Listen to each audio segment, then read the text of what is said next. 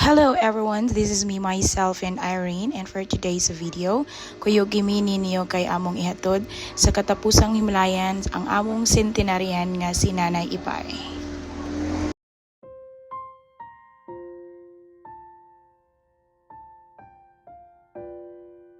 Ang kamatayon mao ang katapusan sa pisikal nga kinabuhi sa usa ka tawo. Kini ang punto nga muhunong na ang atong lawas sa paglihok sama sa pagginhawa ug pagpitik sa atong kasing-kasing. Apan kung atong tan-awon sa mas lawom nga paagi, dili lang siya katapusan.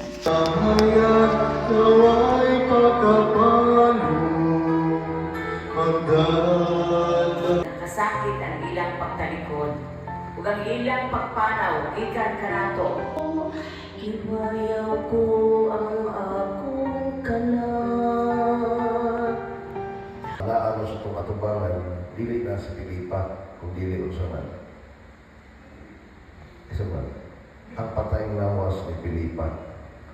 So, hindi kamatay na to, mumuwag ato ka lang sa itong lawas. Malinawan ka sa iyong ginabuhi.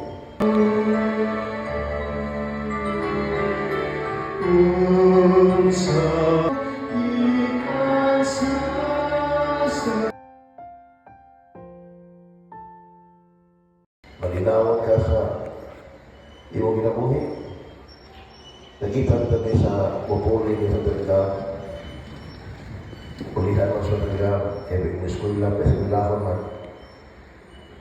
Nana, mga hangin, mga pagsulay, di na ito nahimuon nga mo yung mahimong babang sa pag-angkon sa kinabuhi na malipayon. No? Kaya labi rin yun, sa kamong mga tagtungon, o sa may ibang gool, matay sa Pilipa. Pero layos na gool, atong hinduman nga angay sa mga pasalamat. Na ano? Sa kasa sa tuligan ihatan ni Pilipa. Kanang yun. The number of years na ihatan niya, kanto ng Pilipa, na iyong sa naambitan. Tinoon, mag-uol ka, pero andang tanudawat sa kamaturan, sa hulakway, sa kamatayon. Namunta na sa Ebanghelyo ni Basa, kining mapulong ni Marta, dami pagmahay, sus, palirin ka palamang imo, dili tanay mamatay ng iso. Pero dito bang sa Jesus, na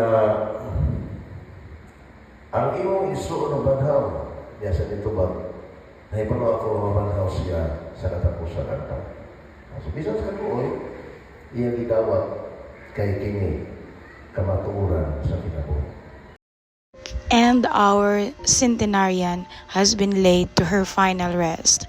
Nanay Ipay, Felipa Dongalio, till we see each other again. Padayon sa imong pagpanaw.